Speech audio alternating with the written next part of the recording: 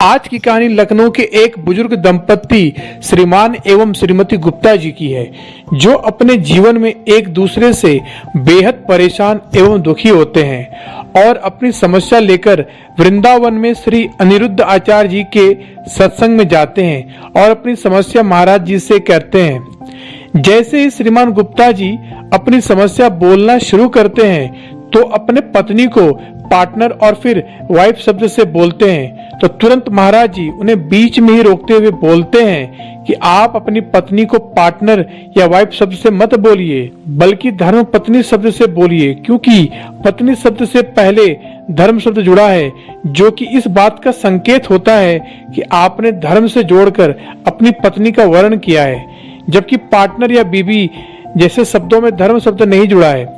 इसलिए अगर आप पत्नी या धर्म पत्नी बोलेंगे तो ज्यादा संस्कारी और अच्छे लगेंगे। उसके बाद श्रीमान गुप्ता जी अपनी समस्या बताते हुए महाराज जी से कहते हैं कि उनकी पत्नी वैसे तो सभी काम में बहुत निपुण है, लेकिन उनका हद से ज्यादा क्रोध करना ही सभी समस्याओं का कारण है। तो महाराज जी श्रीमती गुप्ता जी से पूछती हैं, क्यों मैया, आप इतना क्रोध क्यों करती हैं? तब श्रीमती गुप्ता जी कहती हैं कि उनके पति अब उनसे प्यार नहीं करते हैं। उनके अलावा उनके पति सभी से प्यार से बातें करते हैं, अपने बेटे से, बेटियों से और बहू से, लेकिन मुझसे बिल्कुल भी प्यार नहीं करते, बल्कि मुझे अभी भी बहुत मारते हैं। तब महाराज जी गुप्ता जी से पूछते हैं कि आप अपनी धर्म पत्नी को क्यों मारते हैं? तब गुप्ता जी बोलते हैं कि मुझे इतना परेशान कर देते हैं कि मेरे सब्र का भी बांध टूट जाता है और क्रोधवश मैं मार बैठता हूँ। तब महाराज जी कहते हैं कि कभी भी कुछ भी हो जाए, पर अब आप हाथ नहीं उठाएंगे।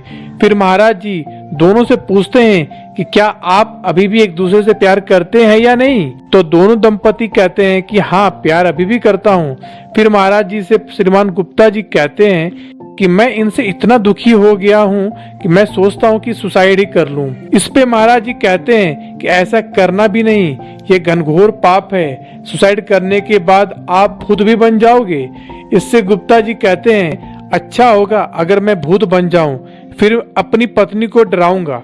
वैसे ये बात उन्होंने व्यंग के तौर पर कहा। फिर अंत में महाराज जी कहते हैं कि अब आप दोनों ना तो बाल्य अवस्था में हैं और ना ही वयस्क अवस्था में, आप दोनों बुढ़ापे में हैं, तो एक दूसरे से प्रेम करो और खुश रहो, प्रभु की भक्ति करो। अगर कोई एक क्रोधित हो जाए तो दूसरा पक्ष शांत रहे और सब धीरे धीरे ठीक हो जाएगा। तो इस तरह से महाराज जी ने दोनों को बहुत ही अच्छी तरह से समझाया।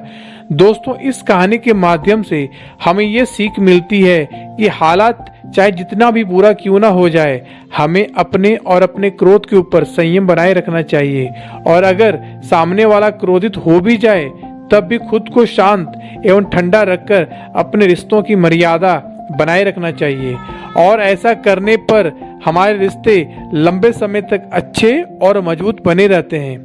साथियों, अगर आपको यह वीडियो पसंद आया हो तो अधिक से अधिक लाइक और शेयर करें, और हाँ, अपना प्यार सा कमेंट भी करें, और चैनल को अगर अभी तक आपने सब्सक्राइब नहीं किया है तो प्लीज़ चैनल को सब्सक्राइब भी कर लें।